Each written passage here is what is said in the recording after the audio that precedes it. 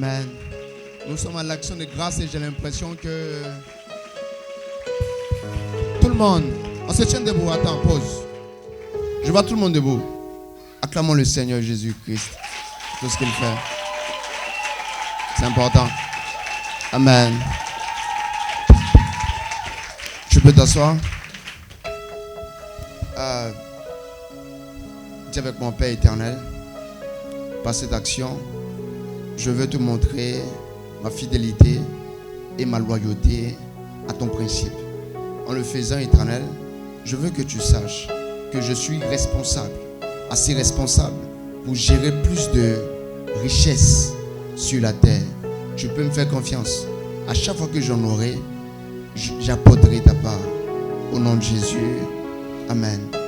Père éternel, je te prie pour ces dîmes. Ma prière au nom de Jésus, que tu te souviennes de ces personnes et que tu démontres à leur égard ta fidélité et ta bonté. Au nom puissant de Jésus que je priais. Amen. Amen. Dépose. Gloire à Dieu. Et c'est quelqu'un qui est content d'être avec moi ici aujourd'hui. Amen. Tu vois, moi je suis heureux, mais toi tu n'es pas heureux. Il y a un problème, il y a quelque chose qui ne va pas. Amen. Est-ce que Dieu n'a pas été bon pour toi? Dieu a été très bon pour toi. Mais pourquoi est-ce que tu es aussi timide? Amen. Je veux qu'avant même qu'on puisse commencer, on puisse célébrer Jésus-Christ pour Reb, pour tout ce que le Seigneur a fait. Amen. D'accord. Je vais prêcher aujourd'hui sur quand Dieu vient vers toi. Quand Dieu vient vers toi. Dis quand Dieu vient vers moi. Quand Dieu se déplace pour venir vers moi. On y va, 1 Samuel. 1 Samuel, le chapitre 5, oui. À partir du verset 1er. Je lis la parole de Dieu avec honneur. On y va. Les Philistins prirent l'arche de Dieu. Les Philistins prirent l'arche de Dieu. Et ils la transportaient d'Eben-Ezer Oui. à Asdod. Après s'être emparés de l'arche de Dieu, les Philistins la firent entrer dans la maison de Dagon et la placèrent à côté de Dagon. Le lendemain, les Adotiens, qui étaient levés de bon matin, trouvaient Dagon étendu, la face contre terre, devant l'arche de l'Éternel. Il prit Dagon et le remit à sa place. Le lendemain encore, s'étant levé de bon matin, il trouvait Dagon étendu, la face contre terre, devant l'arche de l'Éternel. La tête de Dagon et ses deux mains étaient abattues sur le seuil, et il ne lui restait que le tronc. Bonne arrivée. C'est pourquoi, jusqu'à ce jour, les prêtres de Dagon et tous ceux qui entrent dans la maison de Dagon à Asdod ne marchent point sur le seuil. Alors, j'espère vraiment que tu suis. J'espère vraiment que tu suis la lecture. Parce que si tu ne suis pas la lecture comme d'habitude, tu risques de ne pas me comprendre. Alors que la compréhension de cet enseignement, ou de cette prédication, ou de cet enseignement, excusez-moi, est tellement cruciale pour la saison à venir. Parce qu'aujourd'hui, je vais clairement commencer le thème du prochain cadran, qui est le dernier cadran. Le dernier cadran va parler de la reconnexion. Reconnexion comme jamais. Je ne parle pas de reconnexion parce que tu priais et maintenant tu ne pries plus. Ce n'est pas de ça que je parle. Je parle de quelque chose de supérieur. Amen. Voilà. Et je vais vraiment enseigner et ça va donner le tempo pour le cadran entier. Vous savez qu'aux actions de grâce, on reçoit toujours une atmosphère différente qui nous accompagne jusqu'au dernier programme du cadran. Est-ce que quelqu'un avec moi ici? Amen. Est-ce que c'est la vérité ce que je dis? Amen. Voilà. Donc vous devez être plus que concentré et vous devez vous attendre à recevoir quelque chose de Dieu ce soir. S'il vous plaît, par la grâce de Dieu ou par les compassions du Seigneur, ne recevez pas en fait ce que je viens vous donner comme des pourceaux. Parce que Dieu refuse toujours ses perles aux pourceaux. Ce qui fait que la génération n'a plus le meilleur de Dieu, c'est que Dieu a une loi. Il dit il ne donne pas ses perles aux pourceaux. Donc les personnes qui n'envoient pas la valeur, tu vois, les pourceaux sont des personnes ou sont des animaux qui généralement aiment ce qui est jeté, la boue, ce qui est sale. Mais ils ne valorisent pas ce qui a de la valeur, ce qui a de la qualité. Amen. Et donc à chaque fois que Dieu veut vous donner quelque chose, il regarde votre état. Si votre cœur est un cœur de pourceau, c'est-à-dire vous n'allez pas valoriser ce que Dieu veut vous donner, l'Éternel ne vous donnera pas. Ou même quand il va vous donner, vous n'allez pas recevoir. Est-ce que vous m'entendez? Alors élevez vos esprits, que vos attentes aussi soient élevées cet après-midi. Quand je vais prêcher ce soir, un enseignement qui va redéfinir toute ta ligne de conduite. C'est-à-dire, tu vas réussir à comprendre. Oh oui, donc d'accord, ça c'est comme ça, tu vas comprendre et ta vie va changer.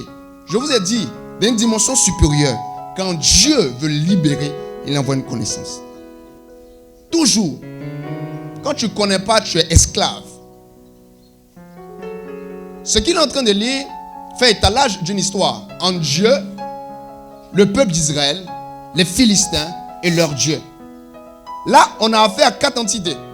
On a le Dieu d'Israël, on a aussi le Dieu des Philistins, on a le peuple d'Israël et on a le peuple philistin. C'est-à-dire les Philistins sont partis en guerre contre Israël.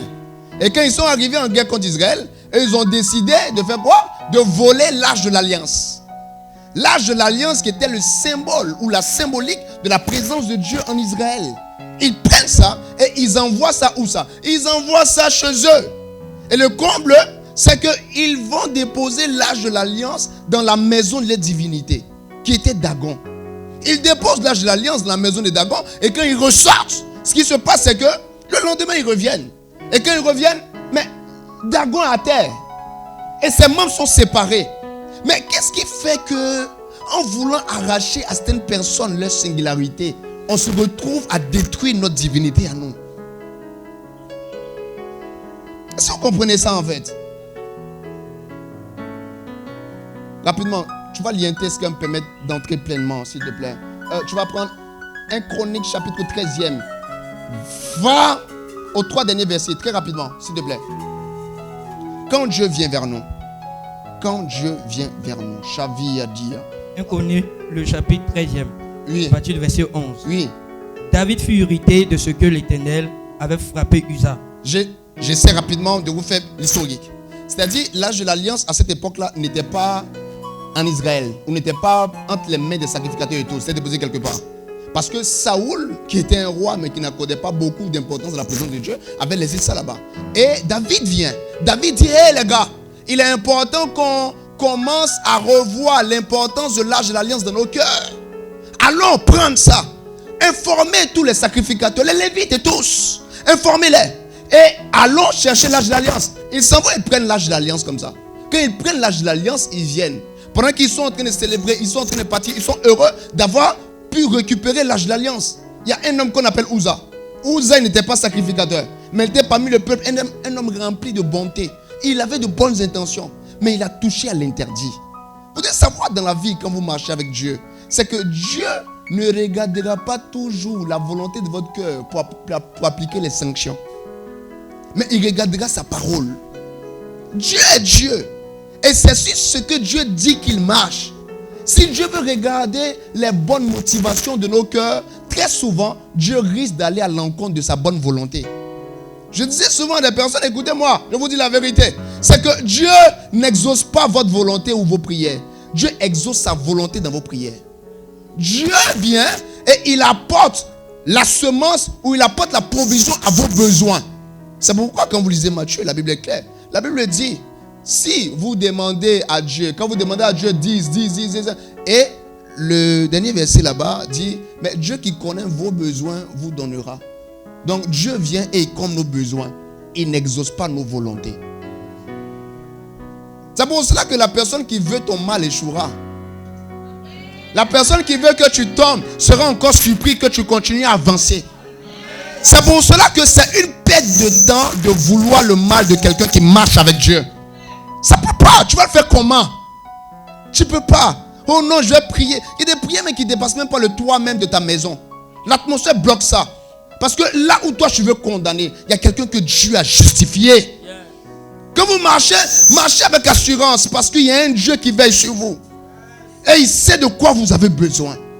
Vous savez, d'une dimension très poussée, quand tu réussis à comprendre clairement ce dont tu as besoin et que tu poursuis la volonté de Dieu, Dieu est obligé de te bénir au-delà de tes attentes. C'est le mystère, vous ne comprenez pas. Matthieu chapitre 6, le verset 33. Mais cherchez premièrement le royaume des cieux et sa justice. Donc ça veut dire quoi? Nous qui sommes là, nous on doit chercher la volonté de Dieu. Et Dieu, il s'assure de rendre disponible ce qu'il faut pour nos besoins. Quelqu'un qui veut que Dieu prenne soin de lui doit être quelqu'un qui réussit à poursuivre d'abord la volonté de Dieu. Si vous courez après Dieu, les richesses de Dieu aussi courront après vous. C'est pour ça que Jésus-Christ c'est notre priorité. Et tout le temps on doit rester sur lui. Mais parler de quoi? Rester concentré sur Jésus. Peu importe le temps, ça va marcher. Peu importe les heures, ça va marcher. Dieu va récompenser ton sacrifice et ton abnégation au nom de Jésus. L'Éternel qui a commencé avec toi poursuivra avec toi. Et il va aussi mettre ton nom dans la liste de ceux qui doivent être récompensés pour cette période au nom puissant de Jésus. Parce que tu marches avec Dieu et Dieu même reconnaît que ton cœur le recherche de toutes ses forces. Ne laissez pas le diable vous distraire en vous présentant une autre volonté à poursuivre. Si ce que tu vas faire ne correspond pas à la volonté de Dieu pour toi, fuis ça. Parce que Dieu ne suit jamais quelqu'un qui n'a pas trouvé sa volonté à poursuivre. Si tu veux être encadré par Dieu, tu dois t'assurer tout le temps que tu vas là où Dieu te demande. Je vais lire ça rapidement, commencer à enseigner, s'il te plaît. 1 Chroniques chapitre 13, lis ça rapidement. 1 Chroniques chapitre 13, oui. 28 verset 11e. Oui. David fut irrité de ce que l'Éternel avait frappé Uza d'un tel châtiment. Donc, Uza est frappé. David est irrité. Il est fâché. Parce que pour lui, David, oh, est-ce que je peux dire ça à quelqu'un? Vous savez, un des signes qui vous permet de savoir qu'un homme aime Dieu, c'est qu'il aime les hommes. Yes. Alors je vous promets, je vous dis la vérité. Moi j'ai remarqué ça. Quelqu'un qui est méchant de façon intrinsèque n'aime pas Dieu. L'apôtre Jean même vient jusqu'à dire, mais comment peux-tu aimer un Dieu que tu ne vois pas? Et prétendre, non, oui, et ne pas aimer quelqu'un que tu vois. L'amour qu'on a pour les brebis du Seigneur indique combien de fois on aime le Seigneur. Il dit quoi? Pierre, m'aimes-tu? Il dit oui. Il dit, paie mes brebis. Tu m'aimes, non? Donc aime mes brebis. Donc David est fâché. Il est fâché pourquoi? Parce que hey, Dieu, je viens de tuer quelqu'un que peut-être j'aimais beaucoup. Il s'appelle Uza. Peut-être même c'était un serviteur fidèle. Il a tué. Donc il a peur, on y va. Et ce lieu a été appelé jusqu'à oui. ce jour Péret Uza. Oui. David eut peur de Dieu en ce jour-là. En ce jour-là. Et il dit. Et il dit. Comment ferai-je entrer moi l'arbre de Dieu? Excusez. Comment ferai-je entrer chez moi l'arche de Dieu? David ne retira pas l'arche chez lui dans la cité de David. Et il la fit conduire dans la maison des bêtes et d'hommes de Gad. L'arche de Dieu resta 3 jours. L'arche de Dieu resta 3 mois dans la maison d'Obed et d'hommes. 3 mois. Dans sa maison, et l'Éternel bénit la maison d'Obed. L'Éternel a béni la maison d'Obed et Édom. Oui. Et tous ceux qui lui appartenaient. Et tout ce qui lui appartenait. C'est fini, n'est-ce pas? Oui, oui. D'accord. Je vais vous parler aujourd'hui de quand Dieu vient vers vous. C'est le titre d'un livre que je suis en train d'écrire. Mais ce point-là n'est même pas dans le livre, en fait. C'est un livre qui va sortir très bientôt. Vous allez prendre la peine de le lire. Parce que pour moi, une des plus grandes bénédictions qu'on a sur la terre, lorsqu'on vient sur la terre, c'est de rencontrer Dieu. Je ne parle pas de rencontrer une assemblée, mais rencontrer vraiment le Dieu créateur. C'est un privilège inouï. Pouvoir avoir un contact avec celui qui t'a créé, mais qui ne t'a pas seulement laissé au stade de créature, qui a fait de toi son enfant. Celui à qui tout appartient. Celui qui est capable de te dire la chose qu'il faut faire. Je disais à quelqu'un hier, écoute, il est plus difficile de réfléchir que d'obéir. Parce que dans la réflexion, tu dois trouver ce qui est bon à faire. Et ensuite, tu vas maintenant faire l'effort d'obéir. Mais nous, par la grâce de Dieu, on a quelqu'un qui connaît déjà tout. Il s'appelle le Saint-Esprit. Tout ce que nous, on a à faire, c'est se soumettre à sa voix, à sa volonté. Et savoir clairement ce qu'il nous demande de faire. Et quand on finit de trouver ce qu'il nous demande de faire, on ne fait qu'appliquer et suivre la voie. C'est un des plus grands privilèges du chrétien. C'est pour ça que la Bible dit, de par la bouche de Jésus, il est avantageux pour vous que je m'en aille. Car si je ne m'en vais pas, le Consolateur ne viendra pas. Pourquoi? Le Saint-Esprit en l'homme est plus avantageux que Jésus sur la terre. Jésus sur la terre, il ne pouvait pas parler à tout le monde, il était fatigué. La Bible dit en Matthieu qu'il dormait. En tant que le Saint-Esprit, il est tout le temps en train de travailler. Lui n'a pas de corps pour être soumis à la loi du sommeil. Il est esprit, il ne dort ni ne sommeille. Et il nous parle tout le temps. Écoutez, pour vous qui m'écoutez aujourd'hui, c'est un privilège pour vous de réussir juste à entendre le Saint-Esprit. Le Saint-Esprit ne fait pas que te dire la bonne chose à faire maintenant. Il te fait aussi avoir la bonne attitude qui te permet d'éviter les pièges de demain. Est-ce que vous connaissez le Saint-Esprit? C'est ce qu'il fait. Le Saint-Esprit, écoute, si tu as le Saint-Esprit, rien ne peut t'arrêter. Rien. Si tu sais seulement l'écouter, il n'y a aucune situation pour laquelle il n'a pas la sagesse qu'il faut. Pendant que vous vous inquiétez, oh non, est-ce que je peux? Comment je fais? Lui, il a la solution.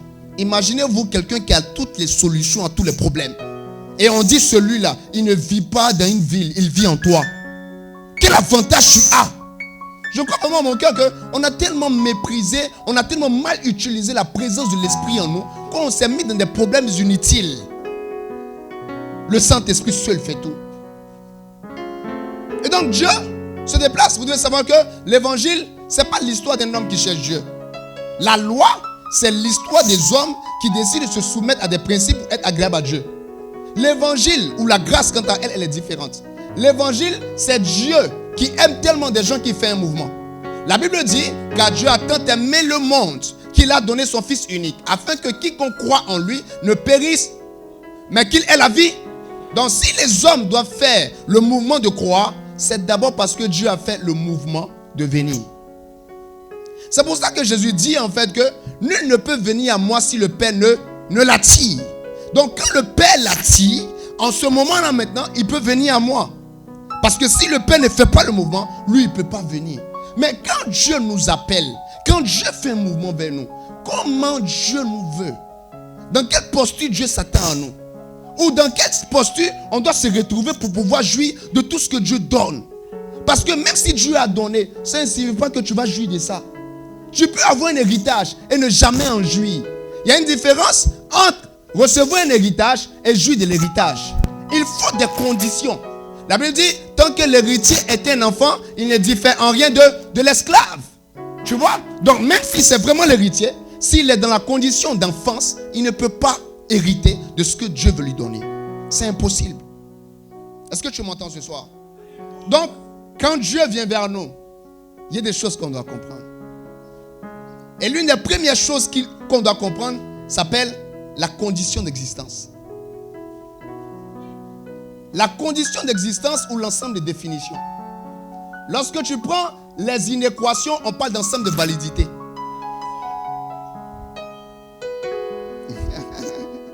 Est-ce que je peux vous parler aujourd'hui? Il y a des élèves qui savent de quoi je parle, n'est-ce pas? L'ensemble des définitions pour une fonction est l'espace de l'infini où la fonction trouve une valeur possible. Si la fonction sort de son ensemble de définitions, la fonction ne peut pas avoir une valeur. Est-ce que je me trompe? Ensemble de définitions. Quelqu'un dit DDF. Ah, je vous enseigne ou pas? Donc, vous devez savoir que tout ce qui doit vivre doit d'abord se retrouver dans un ensemble de définitions.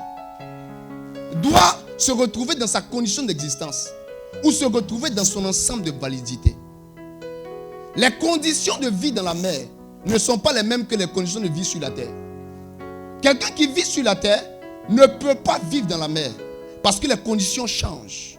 L'ensemble de définitions ou l'ensemble de validité ou la condition d'existence pour le poisson, c'est qu'il soit dans l'eau. La condition d'existence pour l'homme, c'est qu'il soit sur la terre. Deux êtres, mais des domaines de définition qui sont différents.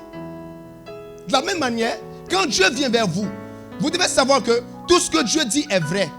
Mais pour que ce que Dieu dise soit vraiment vrai pour toi, il faudrait que tu te retrouves dans un ensemble de définitions. Dans l'ensemble de définitions des hommes, la femme qui perdait du sang depuis 12 ans ne pouvait pas avoir de guérison. Elle a cherché des médecins durant 12 ans. Elle n'a pas eu de guérison. Vous savez pourquoi? Parce qu'elle était dans l'ensemble de définitions humaines. Ou humains, plutôt. Chez les humains, c'était impossible. Les docteurs étaient limités. Et cela ne voudrait pas dire que les docteurs étaient incompétents. Cela voudrait dire que les docteurs, dans leur ensemble de définitions, c'était impossible. Donc, Si elle voulait la guérison, il fallait qu'elle change d'ensemble de définitions. La guérison était possible, mais la dimension dans laquelle elle se trouvait, la guérison n'était pas possible. En fait, qu'est-ce que je veux vous dire? C'est-à-dire, là où le poisson peut vivre, l'homme ne peut pas vivre. La raison est simple. Ce n'est pas que l'homme ne peut pas vivre. L'homme peut vivre, mais il ne peut pas vivre là où le poisson vit. Parce que le cas du poisson ne correspond juste pas à l'ensemble des définitions de vie de l'homme. Donc si un homme doit vivre, il doit changer d'ensemble de définitions. Il y a des choses qui sont vraies, mais qui ne sont pas vraies dans toutes les dimensions. La chose est vraie, mais elle est vraie que dans sa dimension.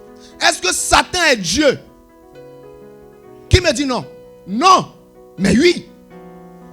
Parce que Satan est le Dieu des sorciers. C'est l'ensemble des définitions. Est-ce que Dieu est Père? Oui, mais Dieu est Père pour toi. Mais il n'est pas Père pour Satan. Donc, la paternité de Dieu dépend de l'ensemble de définitions où cela est cité. C'est pour cela que quand tu te sens limité d'une dimension, ce n'est pas que la chose est impossible, mais seulement que tu te trouves dans la dimension où la chose n'est pas possible. Le monde spirituel n'a pas de limitation. Le monde spirituel n'a juste que des zones de possibilités. C'est pour ça que quand vous lisez Apocalypse, l'ange est en train de parler à Jean. Après, il lui dit, monte ici et je te ferai voir. Est-ce que Dieu ne voulait pas faire voir à Jean? Oui. Mais le niveau où Jean était, il ne pouvait pas voir ce que l'ange voulait montrer. Donc pour ça, Jean devait changer de dimension. Il devait changer de niveau. Et si Jean ne changeait pas de niveau, il ne pouvait pas voir ce que l'ange voulait lui montrer. Même quand Dieu veut vous montrer, si vous ne changez pas de dimension, vous ne pouvez pas voir ce que Dieu veut vous montrer. Est-ce que quelqu'un m'entend aujourd'hui? Je reviens encore. Je vais pousser. Je vais pousser. Je reviens encore au niveau de cette femme-là. Est-ce que vous savez qu'en ce qui concernait cette femme-là, sa guérison existait. Mais sa guérison n'existait pas dans l'ensemble des définitions des hommes. Il fallait qu'elle rencontre quelqu'un qui apporte avec lui un autre ensemble de définitions. Et cette personne-là n'était pas Moïse. Ce n'était pas Moïse et sa loi. C'était Jésus et sa grâce. Dans la loi même, les enfants d'Israël étaient des serviteurs de Dieu et tout ça. Mais quand la femme réussit à toucher le pan du vêtement de Jésus, Jésus se tourne et dit, ma fille. Parce que c'est dans la grâce que la paternité de Dieu existe. Qu'est-ce que tu ne peux pas? Je vais te dire que tu peux la chose que tu penses ne pas pouvoir. Mais le vrai problème, c'est que tu es dans le mauvais ensemble de définitions. Le miracle que tu recherches existe. Mais ton problème, c'est que tu es dans la sphère où cela n'est pas possible. Quand Dieu vient vers toi, il s'attend à ce que tu puisses exister dans son ensemble de définitions. Il y a plus de 8300 promesses dans la Bible. Mais ces 8300 promesses de la Bible ne concernent pas ceux qui sont dans l'ensemble de définitions humaines, mais concernent ceux qui sont dans l'ensemble de définitions divines. Effectivement, je vais te dire ça. On peut sortir de son corps, mais un homme ordinaire ne peut pas sortir de son corps. Les sorciers peuvent sortir de leur corps.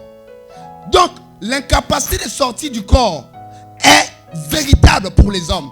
Mais ce n'est pas vrai pour les sorciers. Parce que vous ne vivez pas dans le même monde.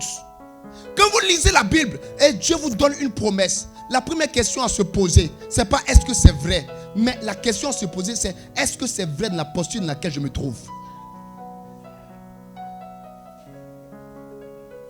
Les méga church, c'est possible. Les dimensions ont pris où les gens vont au ciel, c'est possible. Guérir n'importe quelle maladie, c'est possible. Arrêter des pertes de sang, c'est possible. Chez les hommes, faire pousser des mains, c'est plus possible. On appelle ça une ablation. Il n'y a plus de possibilité de pousser. Ça, c'est vrai chez les hommes. Mais quand on arrive chez Dieu, c'est possible. Chez les hommes, un aveugle de naissance, il ne peut pas voir. C'est leur domaine. Mais quand on arrive chez Jésus, c'est possible. Chez les hommes, pour que tu puisses prospérer comme il le faut, sans même te compromettre. Tu dois naître avec des connexions, une famille là. Mais c'est possible de quitter la dimension 0 et arriver à la dimension héros chez Jésus. C'est-à-dire tu nais à Bobo, avec les limites d'un Bobo, et puis tu te retrouves en train de diriger le pays. C'est possible, mais pas dans ta dimension. C'est-à-dire toi on négligeait. On disait oui, cette personne n'est pas capable. C'est pas possible. Est-ce que celle-là aussi peut avoir une vision? Est-ce qu'il peut avoir un songe? Est-ce qu'on peut atteindre quelque chose de bon de Nazareth? Mais celui qui est bon pour tout l'univers sort de Nazareth. C'est-à-dire, ce n'était pas possible dans la dimension pharisianique, mais c'était possible dans la dimension messianique. Je vous dis la vérité. Montrez-moi, dites-moi ce soir, ce que les hommes disent que vous ne pouvez pas. Je vais vous dire, vous pouvez, mais vous êtes seulement dans la mauvaise zone. Si vous changez de zone, vous changez aussi les paramètres. Si vous reparamétrez les paramètres, ce qui était limité devient illimité. Il y a des zones où la couverture 3G ne passe plus. Si ton téléphone est en 3G, ça ne marche pas. Il y a des zones où la couverture 5G ne passe pas. Si ton téléphone est en 5G, ça ne passe pas. Il y a des zones où la 4G ne passe pas. Si ton téléphone est en 4G, ça ne marche pas. Mais quand tu trouves la zone qui correspond à l'état de ton téléphone, même si dès que tu actives la connexion immédiatement, ça commence à couler.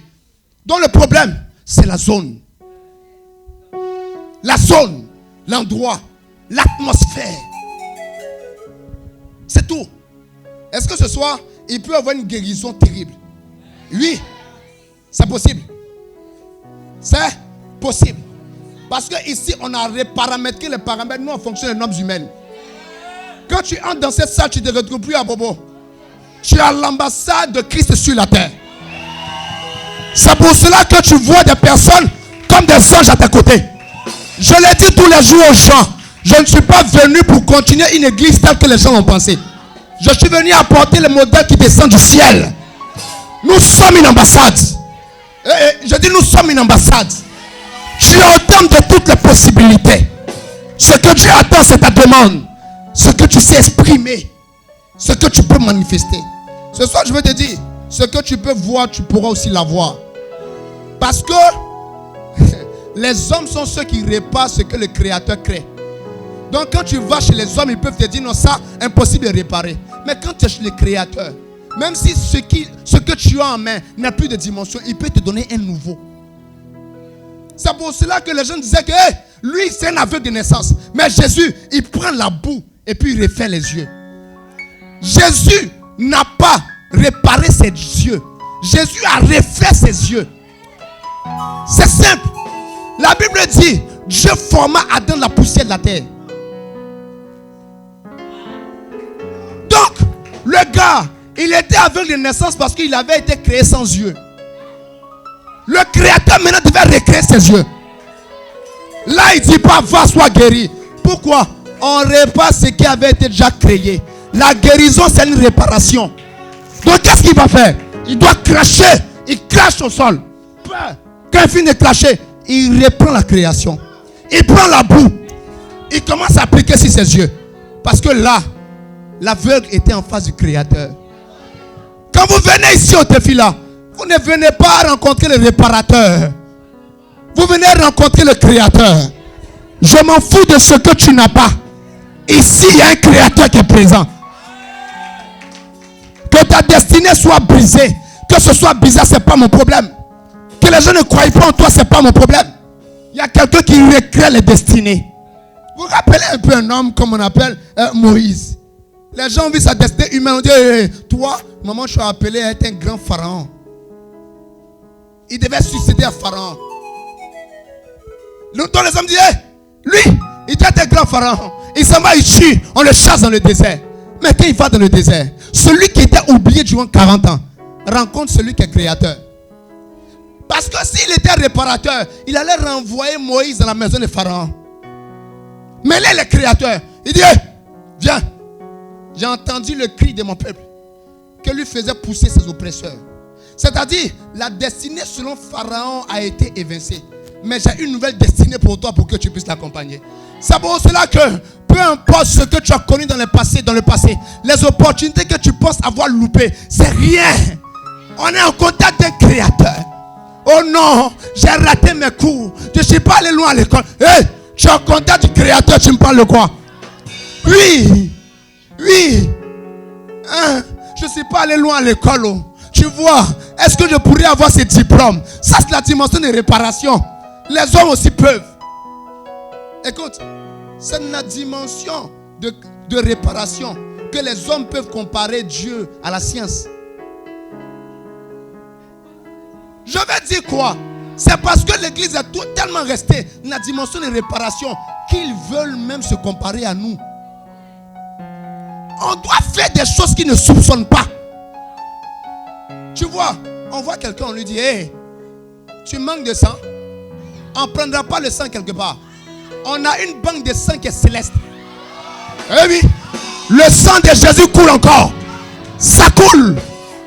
Et comme ça coule, viens que je fasse une transfusion de sang. Tu attrapes sa main, tu dis Shadia. Et live les kanda.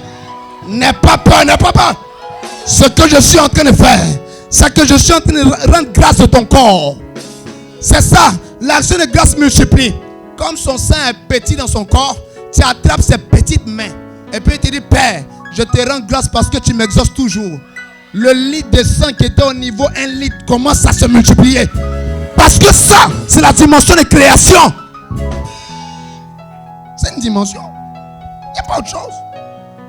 Vous voyez, les gens ne nous respectent plus. Oh non, j'avais quoi? J'avais mal à la tête. Oh, mais paracétamol guérit ça.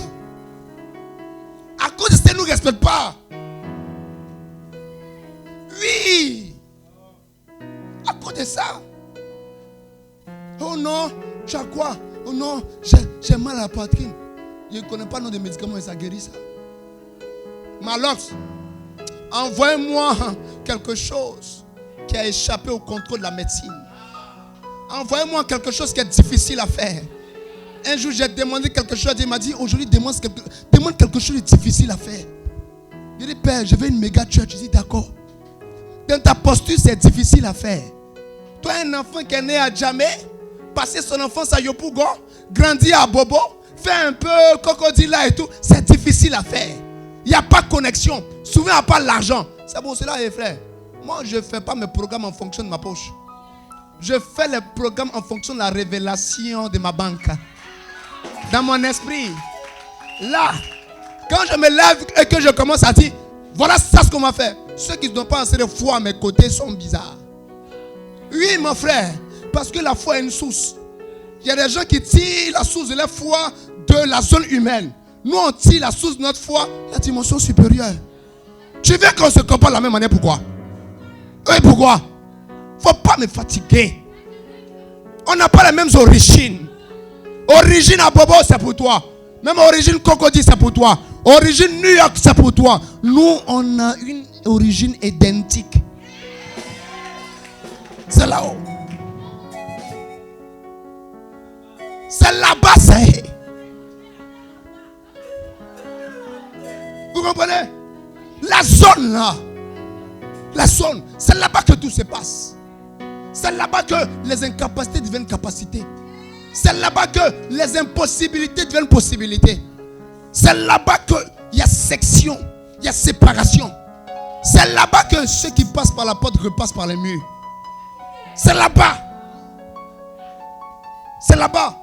Donc notre problème actuellement, ce n'est pas un problème d'impuissance. C'est un problème de on n'est pas dans la bonne zone. C'est tout. On n'est pas dans le bon lieu. On se retrouve juste dans un autre lieu qui n'est pas le nôtre. On dit non, est-ce que ça va marcher? Oui, pose-toi la question, oui. Chez toi, ça ne peut pas marcher. Ça ne peut pas. Oh, ça ne peut pas. Ça ne peut pas. Là où tu es là, ça ne peut pas. Dans ce que tu fais là, ça ne peut pas. La main dont tu vis là, ça ne peut pas. La main dont tu penses là, ça ne peut pas. Eh oui, pour toi, c'est impossible que les mains poussent. C'est impossible. C'est impossible. Est-ce que c'est faux? Mais c'est vrai. Est-ce que les hommes ressuscitent? Est-ce que les hommes ressuscitent? C'est Doyi. Quel homme qui peut ressusciter? Il ne peut pas. Il ne peut pas. Mais chez nous, là-bas, ça ressuscite. Nous, on ne connaît pas la mort. Le premier né qui impose le type de vie que les descendants ou que ceux qui viennent après doivent vivre. Nous, pour nous, là, et pour eux, là, c'est Adam. Oui, nous, pour nous, là, c'est Jésus. Nous, on est la race de ceux qui peuvent ressusciter. On donne tout le temps les impressions des morts. C'est l'impression qu'on est mort. Souvent, ça fait 1 jour, 2 jours. Et puis le 3e jour, là, pendant que tu dis, oh, c'est terminé, on va faire la plus grosse fête. Et puis tu nous vois, on sort. C'est ça. Les impressions des morts. Yeah. On va parler de quoi? Donc, oui, je t'ai te fourni. Mais tu vois que je ne fournis pas de la même manière que les autres. Parce que ce que je dis là, ce soir là, la dose que je donne là, c'est pour une autre zone.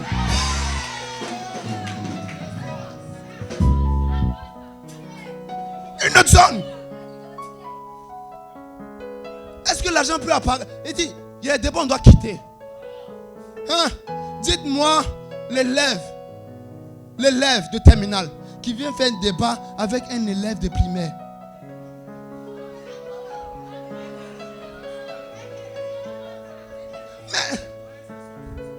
Mais attends, toi tu es encore 1 plus 1, 2, 2 plus 2, 4 plus 4, 8 plus 1. C'est donc que toi tu es. Hein? Est-ce que c'est faux? C'est vrai. Laissez la personne faire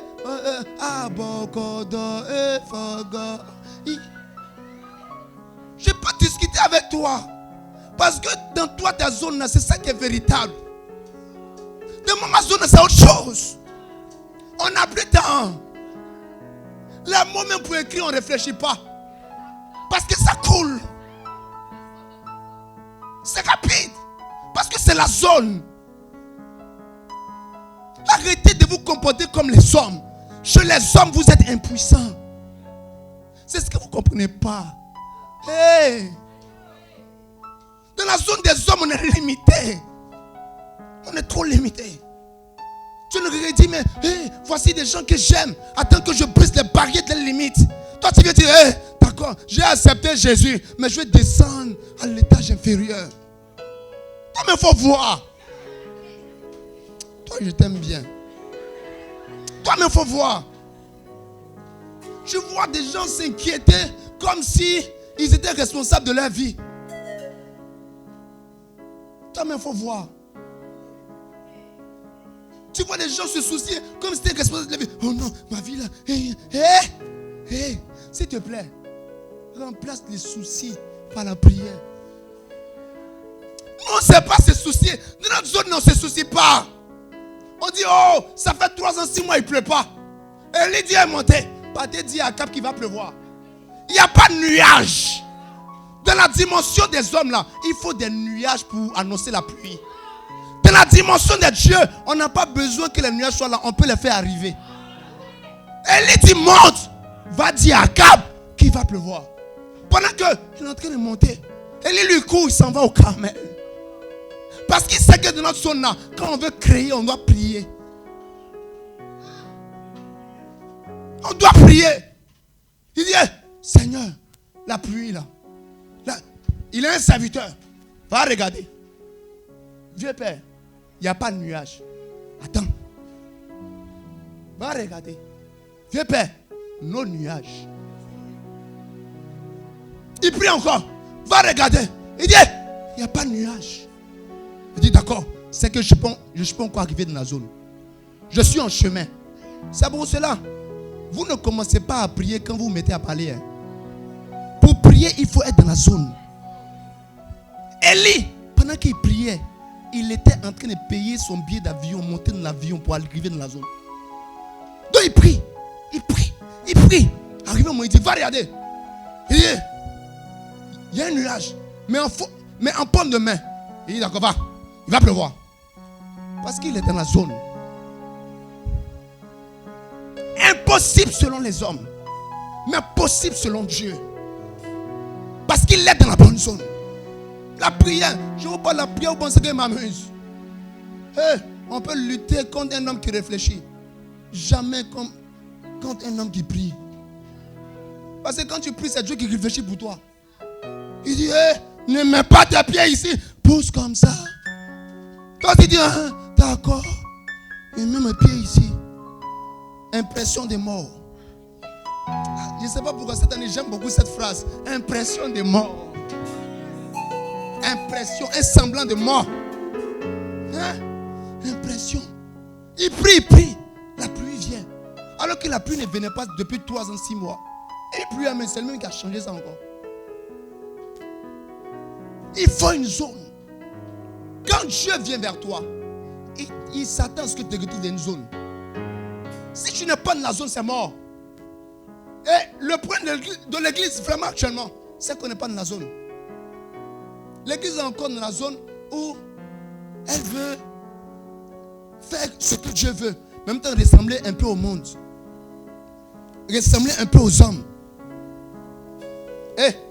Si vous n'avez pas encore perdu le projet de ressembler à quelqu'un de terrestre là, vous n'attirerez jamais à vous le céleste. Vous ne comprenez pas. Vous ne comprenez pas où. Ils ne comprennent pas. Jésus est en train de parler de l'église. Est-ce que je peux te parler? J'ai entendu ça me dire audiblement il y a. On a quelle année? En début de l'année. Il me dit, tu as remarqué, je ne sais pas les gens, il me dit, je bâtirai mon église. C'est ça que j'ai changé ma description WhatsApp, où je disais tout le temps, c'est Christ qui bâtit son église. Il m'a expliqué, bâtir. Mais bâtir, en grec, c'est akodomeo. Tu sais, ça veut dire? Ça veut dire restructurer l'origine, modifier les fondements et les fondations. Donc quand Jésus est en train de dire, je bâtirai mon église, c'est comme s'il est en train de dire, je vais retracer les limites d'un nouveau monde. Je vais construire quelque chose de différent. Apporter quelque chose d'inédit. Je bâtirai mon église. L'église ne peut pas ressembler au monde. Donc les chrétiens ne peuvent pas ressembler aux hommes. Ça ne marche pas. Les zones diffèrent. Et si l'église est différente du monde, c'est que notre mode de vie aussi doit être différent. Les hommes ont le droit de s'inquiéter. Nous, on n'a pas le droit de s'inquiéter. On a le devoir de prier. Les hommes ont le droit de faire de l'argent leur maître. Nous, on n'en a pas le droit. La condition d'existence, c'est la zone là, c'est là. Les hommes ont le droit d'être méchants, nous, on n'a pas le droit. Les hommes ont le droit d'être impudiques, nous, on n'a pas le droit. Ils ont le droit de ne pas se sanctifier. Nous, on n'a pas le droit. Ce sont les critères, en fait, qui sont dans notre zone. On doit les respecter. Quand vous arrivez dans chaque maison a ses règles. Mais pourquoi vous ne voulez pas respecter les règles de la zone là? Et une des règles que je vais t'expliquer ce soir, c'est la présence de la personne de Dieu. Le vent a changé.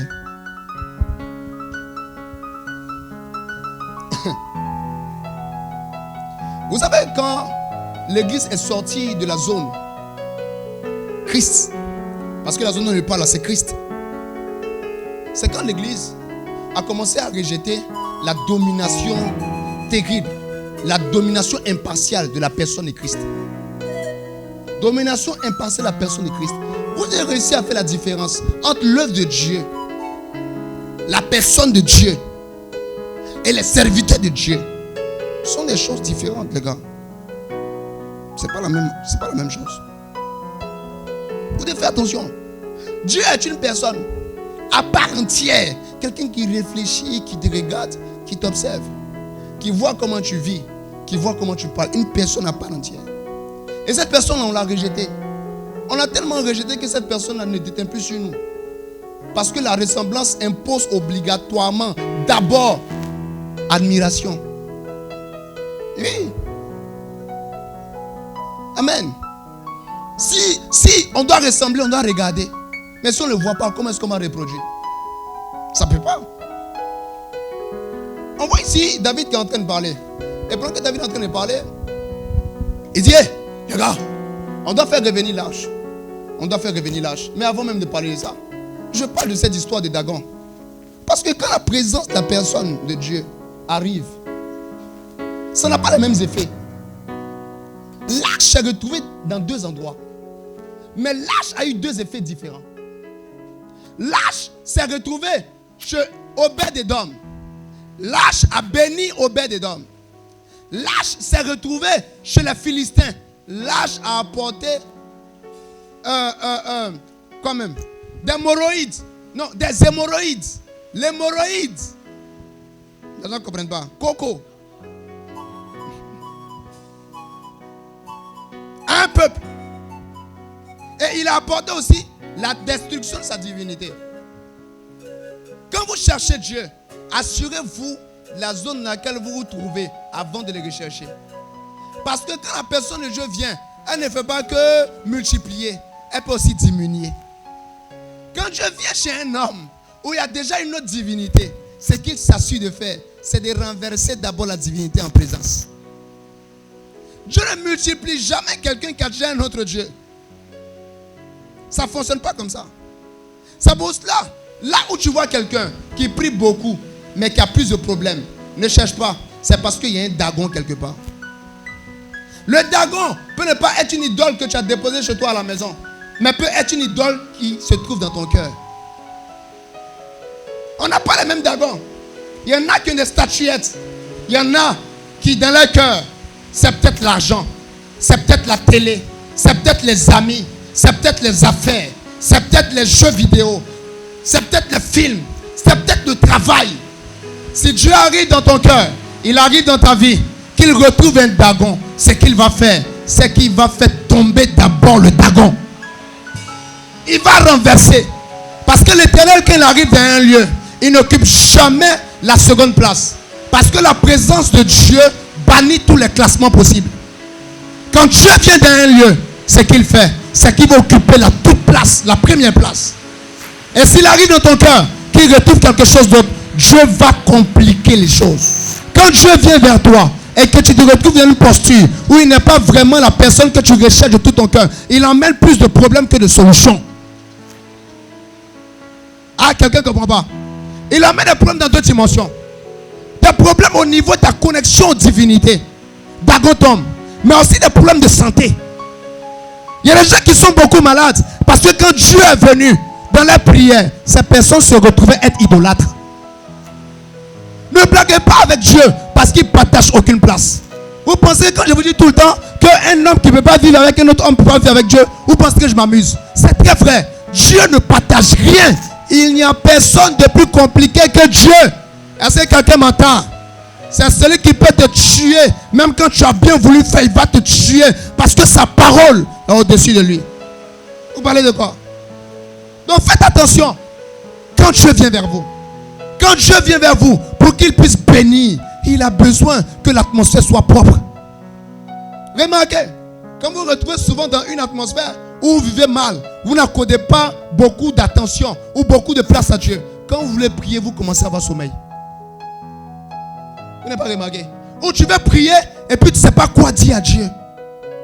Tu n'arrives pas à l'expliquer. C'est parce que dans ton cœur, c'est plus Dieu qui règne, c'est Dagon qui est présent.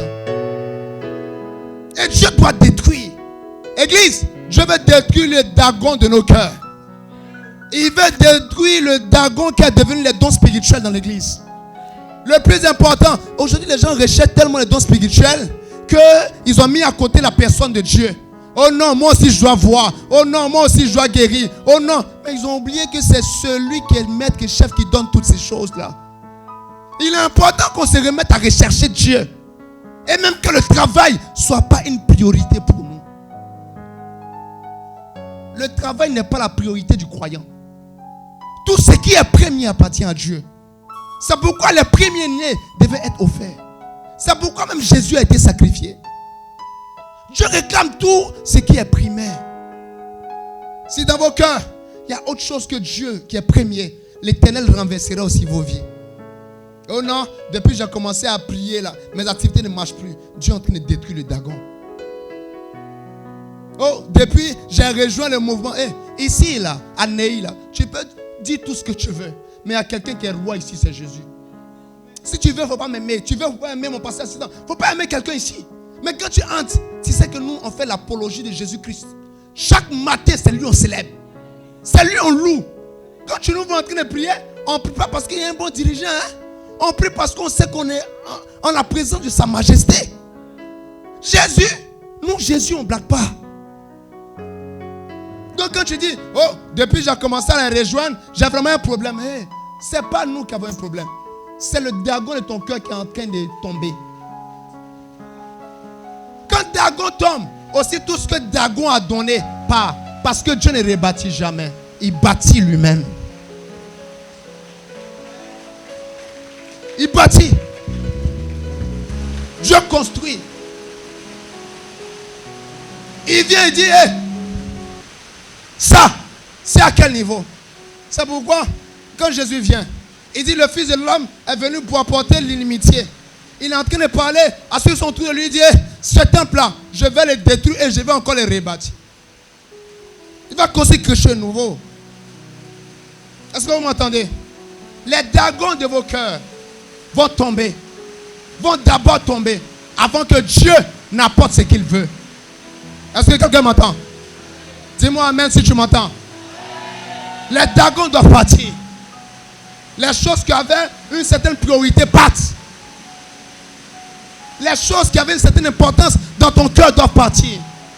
Les choses qui avaient une certaine hauteur dans ton cœur doivent partir. Les choses que tu priorisais sur Dieu doivent partir. Parce que pour que Dieu bénisse comme chez Obed et Edom, il doit être le premier. Il doit être la personne que tu prends avec joie. Tu fais de lui ce qui est priorité pour toi. Quand on te dit viens à l'église, tu viens de tout ton cœur. Quand on te dit allons prier, tu viens avec enthousiasme. Tu ne viens pas avec la mine défaite.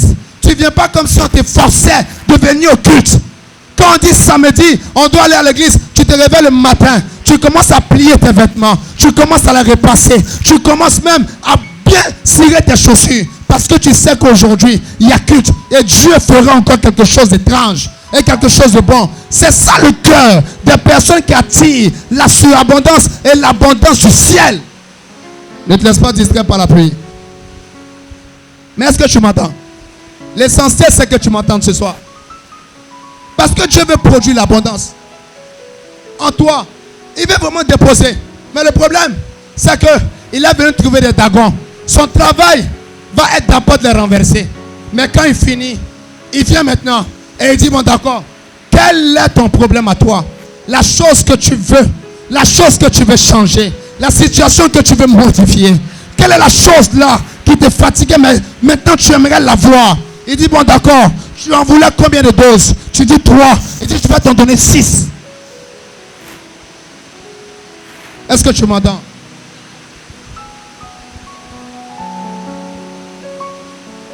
Ne laisse pas distraire par la pluie. Mais Dieu vous attend. Il nous attend. Souvent quand on parle de Dieu, j'ai l'impression que les gens ne savent même pas c'est quoi ou c'est qui. Parce qu'ils sont limités dans leur esprit. Le Dieu que j'ai rencontré n'est pas que capable de donner ce qu'il faut. Il peut aussi donner au-delà. Lorsque je lis ma Bible, je me montre des exemples. Des personnes desquelles il a pris soin. Des personnes qu'il a bénies. Des personnes qu'il a multipliées. Pourquoi? Ces personnes ont fait de lui le premier. Si dans la liste des choses importantes de ton cœur, Dieu n'est pas en tête, il y a des choses que tu n'auras jamais. Il est important que les dragons partent. Et il est important que Obed et Edom arrivent en toi. Celui qui accueille la présence de Dieu, celui qui la dépose, celui qui la chérit, celui qui la veut, celui qui est prêt à braver la pluie, celui qui est prêt à se laisser mouiller même pour pouvoir entendre une prédication. C'est ça. Et malheureusement, cette dimension que Les courants aujourd'hui, on n'a plus. On n'a vraiment plus.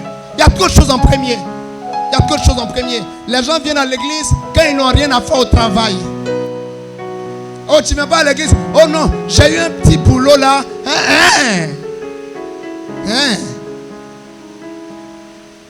La partie où on dit, tu aimeras l'Éternel, ton Dieu, de tout ton cœur, de toute ta force et de toute ta pensée, ça ne figure pas dans la Bible aussi. Hey, Dieu peut prendre soin de nous. S'il a fait sortir l'eau du désert, qu'est-ce qu'il ne peut pas faire? Qu'est-ce qu'il ne peut pas faire? Le seul souci, c'est que on s'est mis devant et on a dit à Dieu, suis-nous. Oh Dieu, suis-nous. Je dis d'accord, tu m'emmènes où? Allons. Et les gens vont. Et tant que tu sanctifies le jour du Seigneur, tant que tu respectes les principes de la dîme, tu donnes tes offrandes, et peu importe le temps qui passera, tu ne mourras jamais pauvre. Je dis jamais. Ton amen me fatigue. Je te dis, tu ne mourras jamais pauvre. Jamais. Jamais. Jamais. Je te dis, ça arrivera jamais. Ça arrivera peut-être dans la zone de ceux qui ne connaissent pas. Mais nous qui respectons les principes, ça ne peut pas nous arriver. Ça va arriver comment? Comment ça s'est passé? Ça peut pas. Ça peut pas se passer. Parce que Dieu est responsable de sa parole. Je me rappelle, quand mon père dans le ministère, à l'époque, je faisais mes 2-3 business dans l'atmosphère. Souvent, on partait vendre les voitures. Quelque part là-bas, on arrivait, on partait visiter par rapport à cette maison. Donc ça allait un peu. J'avais mes brin-brin là, j'étais tranquille. Un jeune riche dans l'atmosphère. Je m'en vais le voir, il me dit, hey, ton histoire de business à l'Est.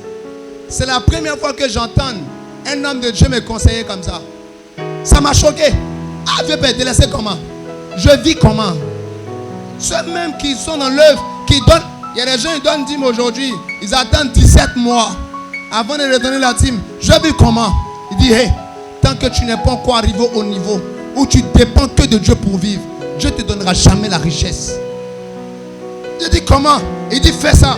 Mais le gars, je le regarde. Lui-même, il a tout. Il me prend, on sort. On se met à débrouiller des millions en banque. Il m'explique ses réalisations. Il dit, hé, quelqu'un qui est arrivé là, c'est qui sait de quoi il parle. Laisse-moi être aveugle. Je dis, d'accord, vieux, je t'écoute. Quand je finis, la dernière fois que j'ai manqué d'argent, je ne m'en rappelle pas. Je m'en souviens plus. C'est impossible. Faites le test. Testez Dieu. Mettez-le devant de tout seulement. Marchez comme des aveugles. Oh Dieu d'abord. Le matin, Dieu d'abord. À midi, Dieu d'abord. Vers l'après-midi, Dieu d'abord. Oh non, je n'ai pas encore mangé. Mais c'est comme cette veuve-là qui avait un enfant, femme de prophète. Le prophète est mort. Élie arrive. Il dit, hey, qu'as-tu à me donner? Elle dit, hey, actuellement là où je suis là, j'ai un petit gâteau. Je vais manger. Moi et mon enfant, on va mourir. Élie dit, ça là, donne-moi. Donne-moi. Il y a quelqu'un qui allait dire, oh, lui c'est un faux prophète. C'est ceux qui sont dans la dimension humaine qui voient les faux prophètes partout. Parce qu'ils savent qu'un prophète est envoyé par Dieu. Donc si eux-mêmes ont difficulté à comprendre Dieu, ce n'est pas un homme qui est envoyé par Dieu qu'ils auront une facilité à comprendre. Il dit, fais que je mange. Elle est finie de manger. La femme qui n'avait pas, elle a tous les pots de sa maison qui sont remplis d'huile. Parce qu'elle a obéi. Même pour la nourriture, mettez Dieu en premier. Vous n'avez pas encore vu ce que Dieu peut faire d'un homme qui le priorise. Vous n'imaginez pas. Parce que vous êtes limité dans votre conception des choses. Vous n'imaginez pas. Ici, est-ce que vous pouvez dire? Les temps arrivent, non? Est-ce qu'on n'est pas en train de partir? On est en train de partir, non? Hein? Réponds-moi. Est-ce qu'on n'est pas en train de partir? Je vous dis, ici, on ne va même pas pouvoir compter quelqu'un qui est pauvre.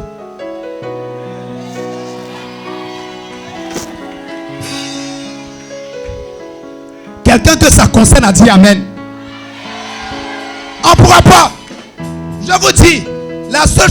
nous limiter là, c'est que je ne sache pas. Parce que tel que je sais, on va appliquer.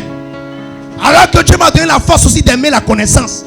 Chaque matin, je cherche quel est le prochain niveau qu'on doit appliquer. La prochaine instruction, afin qu'on n'ait pas honte et qu'on ne soit pas humilié. Je vous dis, les saisons à venir ne vont pas trouver quelqu'un dans cette maison de prière, dans cette maison de lumière, dans cette maison de miracle. Être pauvre, ça ne va pas exister ici. Ça ne va pas exister. Ce que les musulmans ont fait, on va le faire doublement, triplement. Quelqu'un s'est levé, on a dit bon d'accord, on veut changer de temple, on veut aller dans un nouveau temple. On a dit bon d'accord, je construis le temple. On dit on veut acheter des terrains, il dit c'est combien? On dit c'est 500 millions, il dit je gère. Oh, j'ai cru que je parlais à quelqu'un qui comprenait. C'est ça. On est là. Est-ce qu'on n'est pas là? On va peu à peu, non? Est-ce qu'on n'est pas en train de marcher? Est-ce qu'on n'est pas en train d'avancer? Est-ce que tu regardes hier? Est-ce que hier ressemble à aujourd'hui? Attends un peu. C'est que demain aussi sera différent d'aujourd'hui. Les choses que tu ne pouvais pas. Actuellement, je suis monté dans le taxi de l'autre dimension. Je suis en train de dire, faites monter ceux qui sont à ma suite. On a ouvert la porte. L'apprenti est en train de taper. Montez, montez, montez. Montez, montez, montez. Parce que ce qu'il vous faut pour monter dedans, c'est votre foi. La foi, c'est avoir avant de toucher. La foi, c'est saisir avant même de palper. La foi, c'est réussir à incuber ça avant de le toucher avec ses mains. Je dis allons. Vous allez monter, on va partir. Le bon chauffeur, je suis assis à côté du Saint-Esprit. Et à chaque carrefour, il dit bon d'accord, on va tourner ici. Je dis les gars, apprêtez-vous, secousse, secousse, secousse. On doit encore monter. Mais la certitude, c'est qu'on ne restera pas dans l'autre dimension. Ça va pas arriver les gars. Je vous promets, ça ne va pas arriver. Tant que Jésus n'est pas resté dans le tombeau, tu ne resteras pas dans ton ancienne dimension. Au nom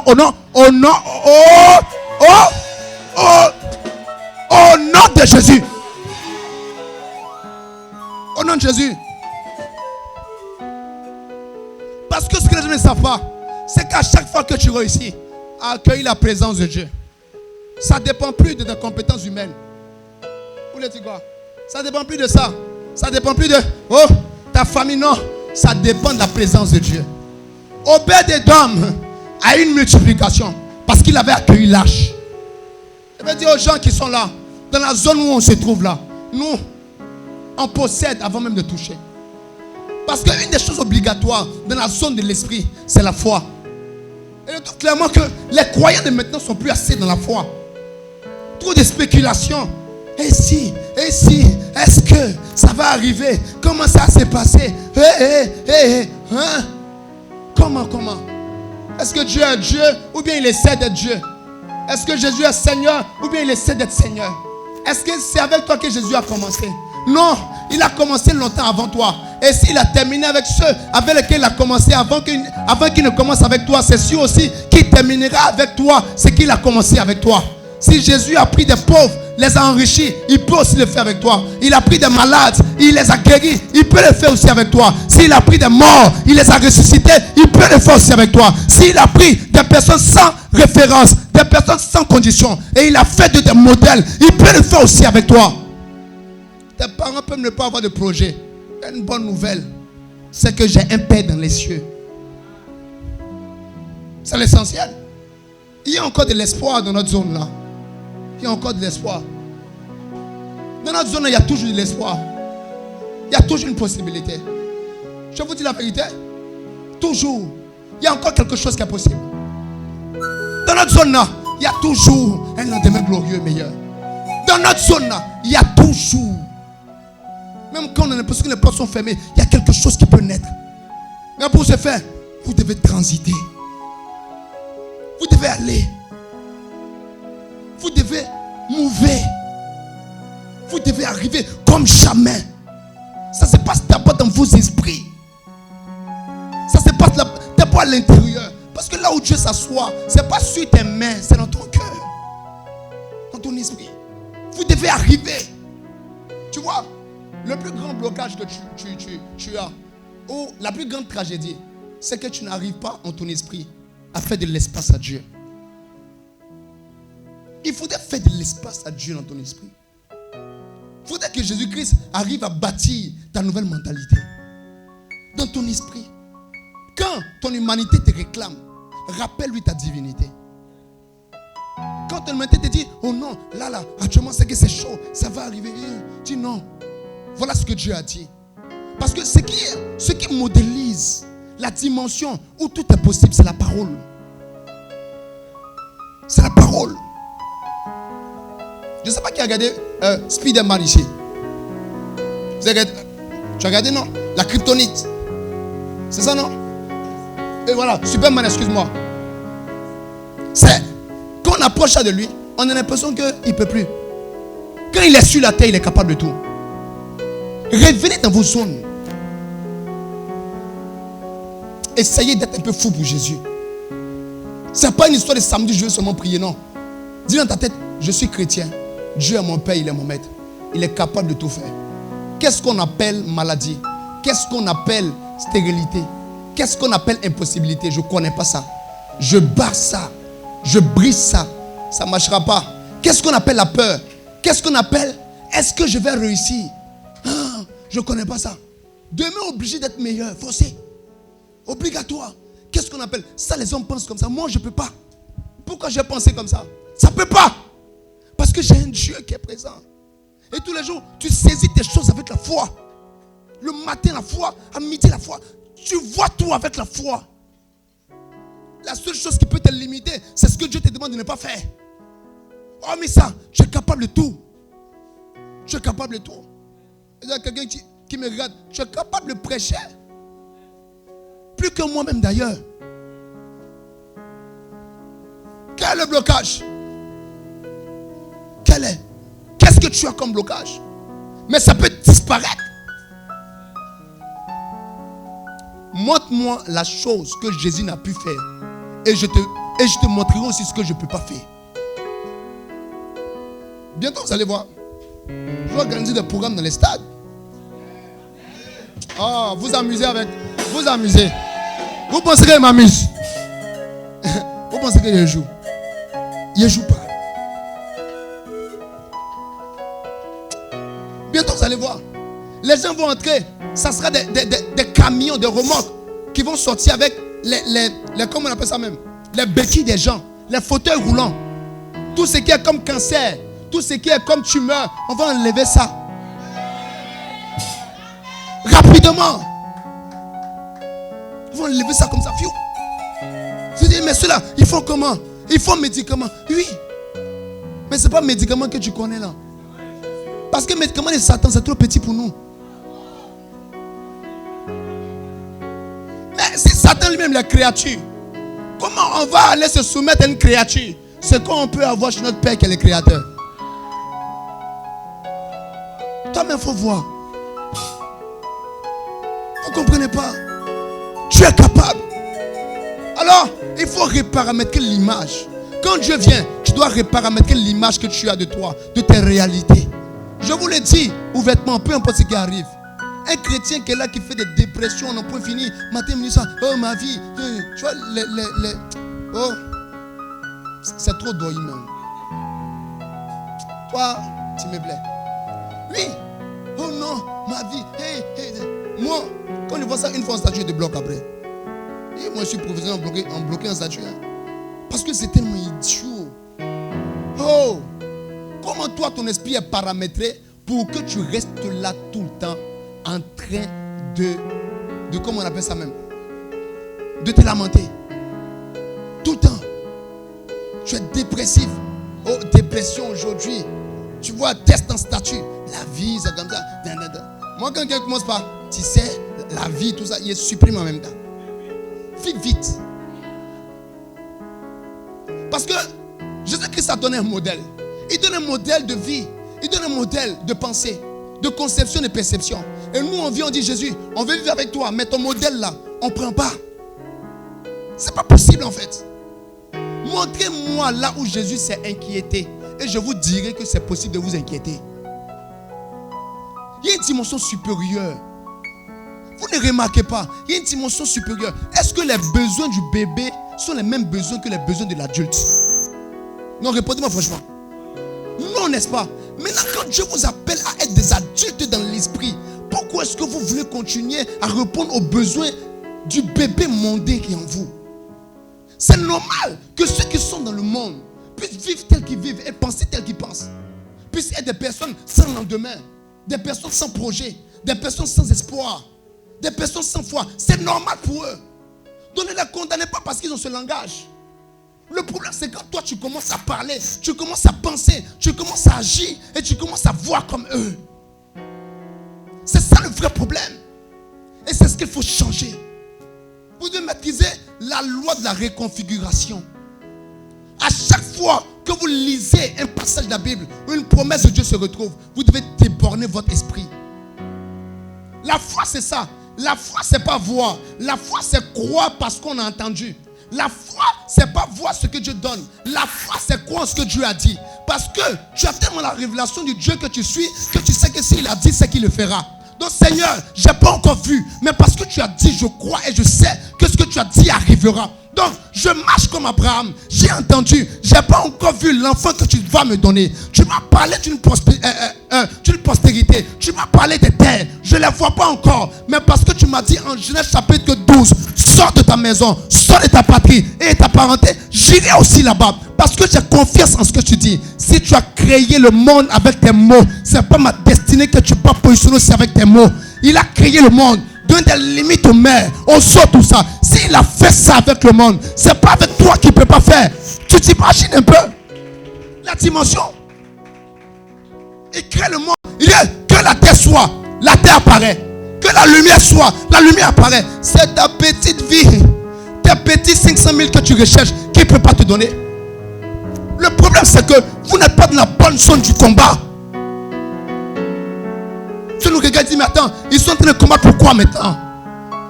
Le combat est plus élevé. La zone est plus haute. Et Dieu nous appelle dans cette dimension. Mais on n'y est pas. Au lieu de développer nos esprits, on développe notre capacité à réfléchir de façon charnelle. Tu n'as jamais vu des gens comme ça? Développe ton esprit. C'est un esprit que ça se passe. Mais on est tout en train de développer notre capacité à réfléchir de façon charnelle. Oh non, peut-être que, hé, quel peut-être que. Ta vie n'avance pas à cause de ça. Ça ne progresse pas à cause de ça. Tu es limité. Est-ce que tu penses être des victoires? Ne sont pas des victoires. Ce sont des miettes. Jésus est en train de parler. Et même parlant en fait de ce qui est plus grand, il parle d'une zone. Il dit, je ne suis pas venu pour toi, mais pour les brebis perdues de la maison d'Israël. Tu vois? Il dit, je ne vais pas prendre le pain des princes et le donner aux petits chiens. La femme dit, mais les petits chiens se nourrissent des miettes qui tombent de la table. Les miettes qui tombent de la table. Les miettes tombent de la table. Table, dimension. Miettes, aussi une autre dimension. Souvent dans ta vie, tu ne sais pas. Tu es en train de recevoir les miettes de la destinée que Dieu veut te donner. Parce que tu es à terre et tu n'es pas sur la table. Les princes, quand ils sont assis, ils ne parlent pas de la nourriture. Ce n'est pas le seul intérêt de la nourriture. Non. Les princes qui sont sur la table, ils parlent du royaume et comment conquérir le royaume. Donc ça veut dire en réalité, en vérité, ceux qui sont à terre et qui atteignent les miettes ne participent pas aussi au vrai projet. Le projet, c'est la conquête. Dites-moi un franc-maçon qui pleure pour avoir son loyer. Dites-moi un rosicrucien qui pleure pour avoir son loyer. C'est seulement les chrétiens qui sont en train de courir vers les choses de seconde zone. Ça devient naturel que ces choses te poursuivent quand tu es assis à la bonne table. Ceux qui sont à terre doivent atteindre les miettes. Mais ceux qui sont sur la table prennent le pain et puis le mangent quand ils le veulent. Mais les miettes ont ressuscité. Les miettes ont guéri. Les miettes ont fait tomber. Les miettes ont fait marcher. Qu'est-ce qu'il y a sur la table? Vous ne posez pas la question. Je crois vraiment à mon cœur que quand Dieu nous appelle, il nous appelle à des réunions d'une sphère très élevée. Qu'est-ce qui est en train de se passer dans la nation pour la saison à venir? Je vais te dire quelque chose. Ceux qui dominent aujourd'hui sont dans le futur. Ceux qui cherchent à dominer aujourd'hui ne vont jamais dominer. Parce que dans la loi des dominants et des dominés, la loi de l'anticipation compte. Celui qui est maître aujourd'hui, c'est celui qui a su anticiper aujourd'hui. C'est simple. Si tu veux avoir des mangues aujourd'hui, est-ce que c'est aujourd'hui que tu sèmes? Donc, ceux qui sont en train de récolter aujourd'hui sont ceux qui ont sémé dans la saison passée. Ils ont pu s'aimer pourquoi? Parce qu'ils ont pu anticiper les besoins de cette saison. Mais nous les chrétiens, on est dans le présent. La mauvaise zone. Oh non, celle-là, elle m'a fait ça. Oh non, lui là même il est comme ça. Pourquoi la vie des gens vous intéresse comme ça? Oh non, si tu es bien habillé, tu es mal habillé, c'est ton problème. Je ne veux pas de ça dans mon église. Si tu veux faire ça, va dehors. Oh non, oui, tu es bien habillé. C'est pour la gloire du culte et des photos. C'est tout. Je ne sais pas comment les gens font pour être jaloux de quelqu'un parce qu'il a porté un bel habit. Un Denise, comment ils font? Oh non, je vais me saper. Il y a des gens aussi, bon, d'accord, je vais me saper. Quand ils arrivent, ils vont me regarder. Qui te voit? Qui te voit? Moi-même, merci levé. Pantalon noir, chemise blanche. Moi-même, les plages là, c'est tout. Et ma cravate. Donc, si c'est dans ce débat que tu te retrouves, tu es dans la mauvaise zone. Tu as des niveaux plus élevés. Tu ne recherches pas des personnes pour remplir les églises. Ils recherchent des personnes pour diriger avec eux les nations.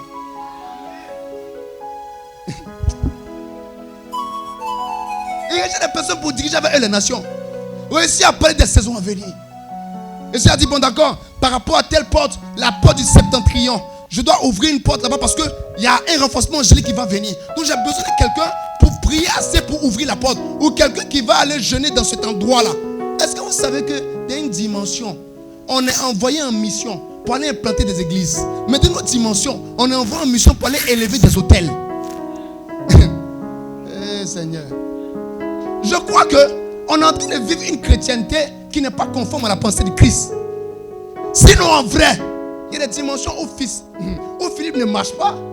Mais Philippe descend.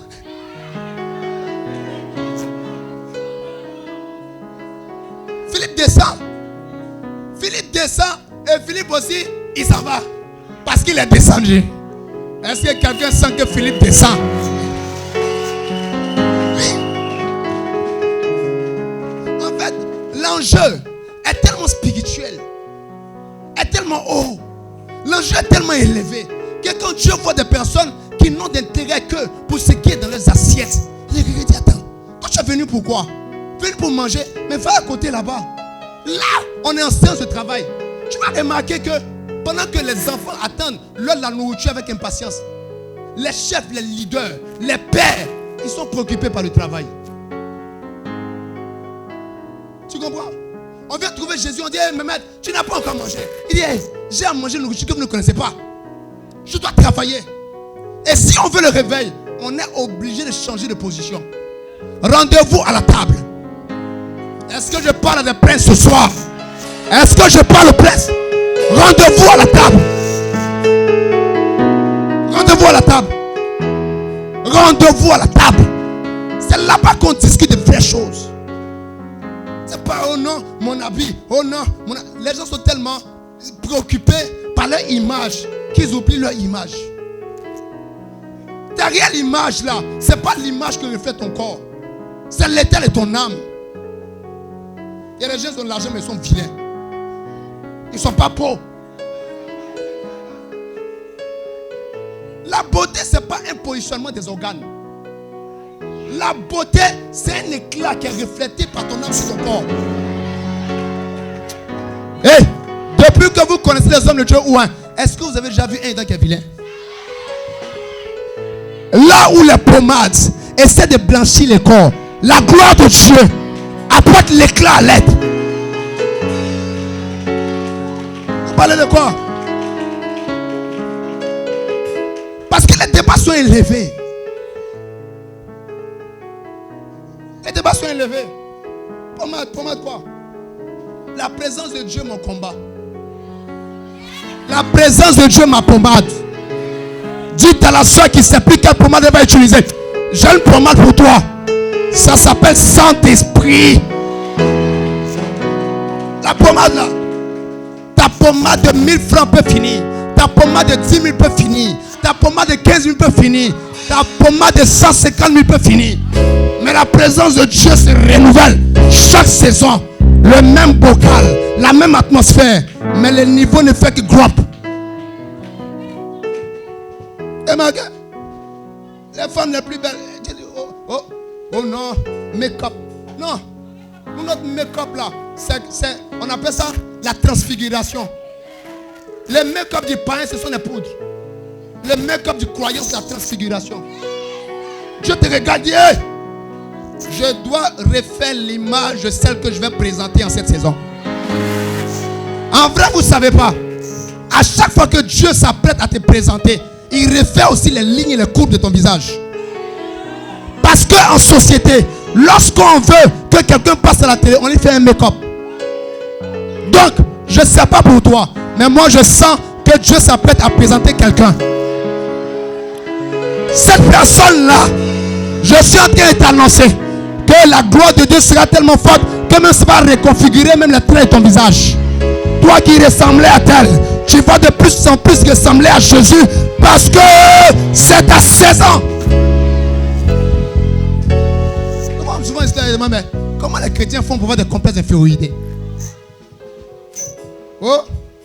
Oh non, tu vois, moi je suis pas grand de taille.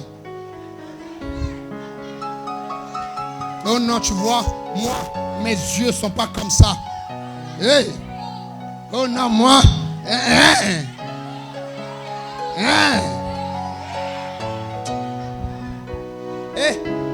L'état de la maison dépend de son habitant.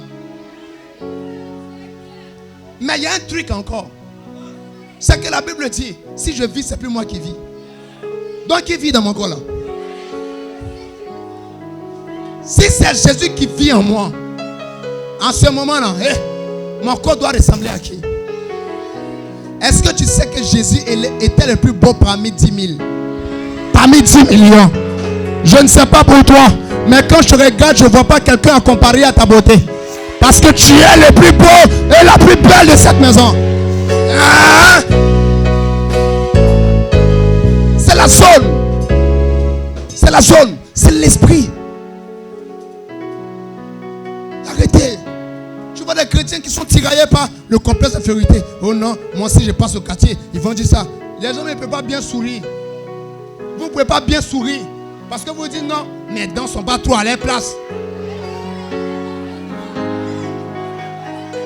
Arrêtez de me fatiguer. On n'est plus l'ancienne création. Maintenant, si on vit, c'est plus nous qui vivons. C'est Christ qui vit en nous. C'est Christ qui vit en moi.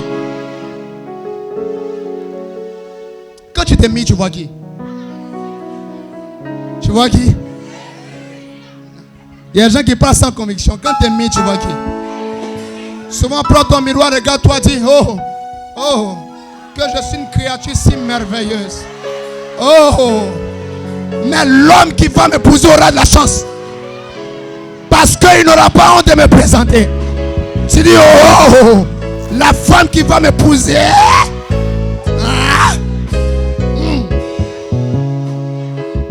Elle va rendre des actions de grâce. Oh Seigneur, je te bénis pour le bel homme que tu m'as donné.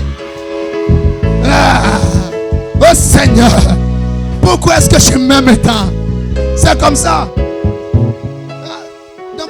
Même dans vos saisons de fiançailles là, dans vos saisons de cheminement, mais le jeune frère avec lequel tu es doit s'asseoir, doit venir me voir, doit dire, le vieux, mais je vais te demander quelque chose. Mais pourquoi Dieu m'aime autant? Regarde la cote qu'il m'a donnée. Oh,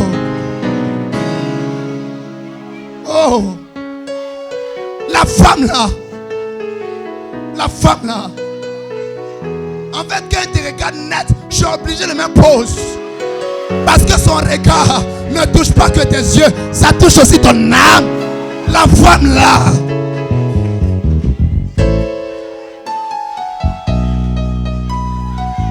Oh, l'Éternel est bon. Il est bon pour toi, il est bon pour moi, il est bon pour nous. Parce qu'il nous a regardés. Il dit, je ne vais pas vous laisser dans cette zone transitoire à l'autre niveau supérieur. Je te fais déménager cette saison.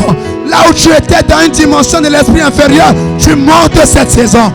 Parce que le débat est en train d'évoluer. Le débat est plus haut. Le combat est plus haut. Dieu a regardé et il dit, mais tu dois avoir une promotion. Il y a des gens qui vont au travail pour avoir une promotion selon les hommes. Mais toi, Dieu t'a regardé et dit, non, tu mérites une autre promotion. Une autre promotion. Parce que là, tu t'es dépossédé de tout ce qui est humain. Tu as fait ta cure d'âme. Tu as nettoyé ton être. Tu as enlevé tout ça. Maintenant, tu es devenu une personne digne des plus grandes et grosses gloires. Quand on voit ton nom de priorité, c'est ça, c'est ça, c'est ça et c'est ça. Tu avances comme le vent, insaisissable. On ne peut pas réussir à t'attraper quelque part. On prend le sachet même avec le temps te libère. Parce que tu es né de Dieu. Ce soir, je veux que chacun cherche son griot. Tu sais, le griot prépare les gens qui sont sur le chemin à ne pas être trop effrayés par la gloire. Il précède le maître. Telle personne arrive, oh, préparez-vous. Tu dois avoir ton griot cette saison. Parce que ce que Dieu va faire avec nous, ça va étonner même ceux qui pensaient tout savoir. Je vous dis la vérité. Ils seront choqués. Mais à quel moment? À quelle heure ça a commencé? Mais comment ça s'est fait? Et cette personne est arrivée là. Dis à la personne, j'ai juste changé de nourriture. Avant je mangeais les inquiétudes. Maintenant je mange la prière. Avant je mangeais les si. Maintenant je mange. Ça va arriver. Je crois que ça arrivera. Je suis sûr de ça. En fait, ce que vous... Écoutez-moi bien. Ce ne sont pas vos prières qui arrivent. Ce sont vos certitudes. Vos certitudes dans le cœur. Veux-tu savoir si tu as la foi par rapport à telle chose? Regarde le niveau de certitude que cette chose a dans ton cœur. Oh non, j'ai la foi que je vais réussir. Est-ce que tu es certain? Nous ici on est certains. Parce qu'on n'a pas peur de ce qu'il y a en présence. On sait comment modifier. On sait comment modifier. Si seulement je peux fléchir genoux. Si seulement. Si seulement on peut descendre. Si seulement. Parce que quand Dieu vient, c'est ça. Si seulement. Il te retrouve à terre. Il dit, est-ce que tu es prêt à avancer? Tu dis oui. Il dit, si seulement. Si seulement. Si et si seulement. Seulement tu veux aller. Parce que si tu veux aller, tu pourras aller. Il nous rendra capables. Et moi je vais prophétiser à l'église de ma nation. La saison où ceux qui sont la race de Dieu, qui n'étaient plus là, mais qui sont maintenant arrivés. On va prêcher un message qui ne vous plaît pas, mais c'est le message qui vient de là-haut. On ne va pas entrer dans le cadre de cette prophétie qui dit dans les derniers temps, ils se feront une foule de docteurs. Non, ça ne nous concernera pas. On va dire aux gens que c'est possible. On va dire aux gens que Jésus revient. On va dire aux gens qu'on est appelé à régner au nom de Jésus. Au nom de Jésus. Au nom de Jésus. C'est la dimension là. La dimension. Tu sais, selon les hommes, je suis conscient lorsque tu t'inquiètes par rapport au futur. Oh, lui là c'est un enfant consciencieux. C'est la seule fille qui est consciencieuse. C'est ça non? Pourquoi? Parce que quand tu la vois, elle est comme ça, elle est comme ça. Mais ce sont les critères des hommes. Nous non. Notre vraie conscience, c'est l'inconscience. Si on t'a pas encore traité d'inconscience, c'est que tu n'es pas conscient selon Dieu. Parce que souvent je suis là, je te dis aujourd'hui, là où tu es là, il ne faut pas dormir puis la nuit. Quand je m'appelle biologique, je réveille, je vais avoir 13, 14 ans. Moi j'ai commencé mes choses là, il y a longtemps. Il y a longtemps que je suis dedans, il y a longtemps. J'ai commencé à prêcher il y a 10 ans en arrière. 11 ans même, je te prêcher. 11 ans en arrière de prêcher. Déjà, même pas 11 ans. Parce que j'ai commencé à prêcher dans les salles quand j'étais en 5e. Commencé à chanter en 5e dans les salles des classes. Donc peut-être même 17 ans ou 18 ans en arrière. J'ai commencé à faire mes choses là. J'étais dedans. Tout le temps. Je chantais. Je prêchais. Je faisais toutes ces choses. Mon père biologique se réveille une nuit. Il dit, mais ça c'est quelque chose d'un enfant inconscient. Pendant que moi-même ton père je dors. Toi tu te réveilles la nuit, tu fais quoi? Il dit, mais ça c'est quelque chose d'un enfant inconscient ça. Tu ne dors pas. Moi-même, je suis ton père, je suis fatigué, je dors à 20h. Toi, tu dors à 2h, 3h. Tu vas te réveiller à quelle heure? Mais quand j'ai envoyé mes moyennes aussi, ça fermait sa bouche. Et puis on restait dedans. Il dit, mais toi, tu es inconscient. Examen arrive. Mais pourquoi tu ne bosses pas beaucoup? Il dit, vieux, j'attends la manifestation. J'ai déjà acquis. C'est déjà écrit dans l'esprit. Tu vois les sorciers là. La journée, ils sont sereins. La raison est simple. La nuit, ils ont déjà tout scellé. Même les sorciers ont la foi. Oh chrétien, quelle est notre zone? Ce soir, l'action de grâce, on sera en train de sceller les saisons à venir. On sera en train de changer de zone. Je vous ai dit, ce cadran, je vais prêcher sur la reconnexion. Parler des choses telles que ces choses doivent être. Tout le temps. Jusqu'à ce qu'on puisse sortir ce cadran et finir l'année dans notre temple au nom de Jésus. Ton amen me gêne ce soir. Tu comprends? Pendant que tu es là aujourd'hui, tout ce que tu as entendu, demande à ton voisin ou à ta voisine, dans quelle zone es-tu? L'Éternel est bon. Demande-lui. L'Éternel est bon. Il est bon pour moi. Si tu veux même te déplacer, déplace-toi. Mais demande-lui, voisin, dans quelle zone es-tu? Tu es encore dans ta zone humaine ou tu es dans une autre zone? Attends, mon fils, attends. Comment quelqu'un qui est bien formé peut décider de marcher sur les eaux? Cette histoire-là, si tu n'es pas fou, tu ne peux pas comprendre. Quelqu'un qui a toute sa tête, il descend sur les eaux, et puis c'est une mer qui est agitée. Il y a le vent, et puis lui descend quand même, et puis il marche avec assurance. Et quand on te demande, tu dis, oh non, mon papa c'est Jésus. Non, ce n'est pas ton papa. Tu sais, tu pries pour qu'il soit ton papa, mais ce n'est pas encore ton papa. Parce que les enfants descendent à papa. Lui marche sur les eaux. Toi, tu as peur du futur. Tu as peur du lendemain. Tu affrontes tout avec peur. Tu as peur comme un sorcier. Même Satan n'a pas autant peur que toi.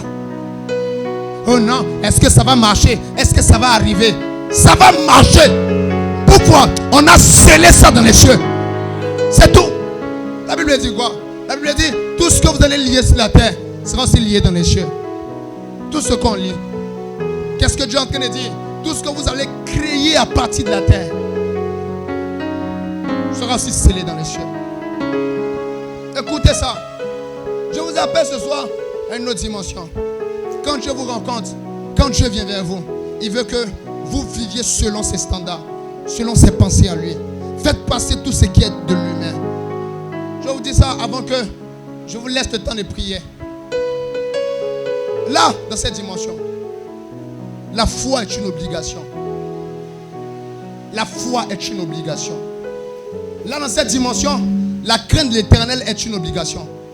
Là, dans cette dimension, l'esprit est une obligation. Être spirituel, c'est obligé. Là, dans cette dimension, prier est une obligation. À partir d'aujourd'hui, laisse-moi te montrer ton monde. Je veux une Bible, s'il te plaît. Ton monde, ce n'est pas à Bobo. Parce qu'à Bobo va te limiter. Voici ton monde. Les gars, voici notre monde. Peu importe l'évolution de tout ce qui se passe autour de nous, ce n'est pas notre problème. Voici notre monde. Nous, c'est dedans en vie. Et ce monde a dit, tu seras la tête et non la queue. Ce monde a dit, on sera la tête et non la queue. Je dis, ce monde a dit, tout ce qu'on va entreprendre, on va réussir dedans.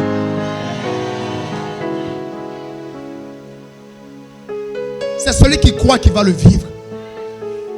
Parce que nous, on a jeté en fait la possibilité de réussir selon ces hommes-là. On veut réussir selon Dieu.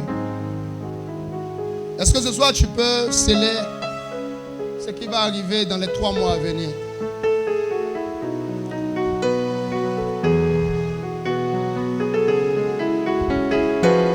On est à la maison de prière.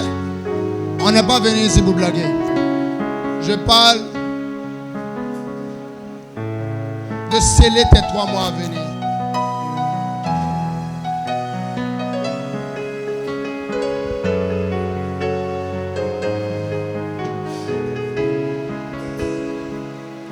L'Éternel est bon. L'Éternel est bon. L'Éternel est bon. Il est bon pour moi. L'Éternel est bon. L'Éternel est bon. L'Éternel est bon. Il est bon pour moi. Je dis, scelle les 3 mois à venir. Et pendant que tu es en train de prier comme ça, n'oublie pas la loi de la visualisation. Ce que tu peux voir en ton esprit. Prie comme jamais. Prie comme tu n'as jamais prié. Les esprits savent dévancer les temps et les saisons. C'est ce qu'ils savent faire. Ils savent le faire. Ils savent le faire.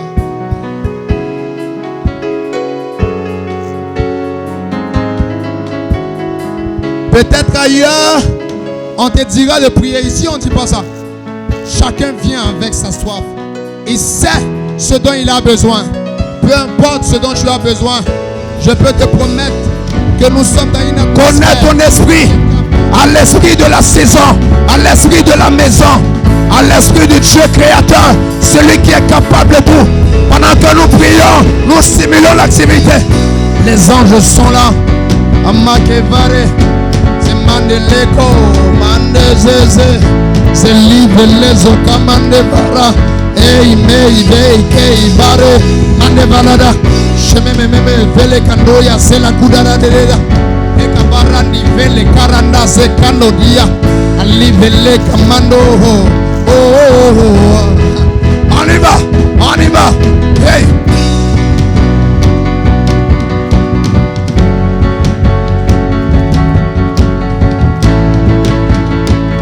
Qu'hier, on priera encore, on priera encore.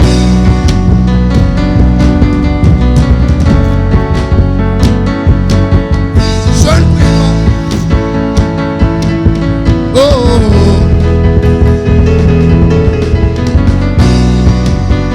Ce soir, nous ne sommes pas qu'à une action de grâce. On est en train de modifier toute une saison à venir. Celui qui peut prier, celui qui sait prier, sait aussi prier. Je vous dis, celui qui peut prier, sait aussi appeler. Je vous dis, celui qui peut prier, peut aussi modifier. Je vous assure que celui qui peut prier, peut protéger. Celui qui peut élever la voix pour intercéder. Celui qui peut intercepter les actions.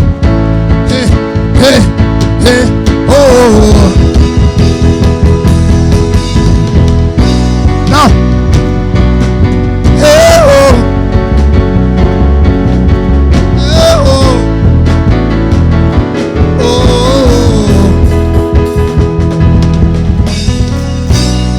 Jésus m'a dit, mon fils, bâtis-moi une maison. Une maison où je serai le maître. Une maison où je conduirai mon peuple comme je veux. Une maison où tu pourras réunir mes assoiffés, ceux qui sont vraiment à la recherche de moi. Je lui ai dit, Seigneur, j'ai compris. Je te bâtirai une maison de prière, une maison de lumière et une maison de miracles. Le Seigneur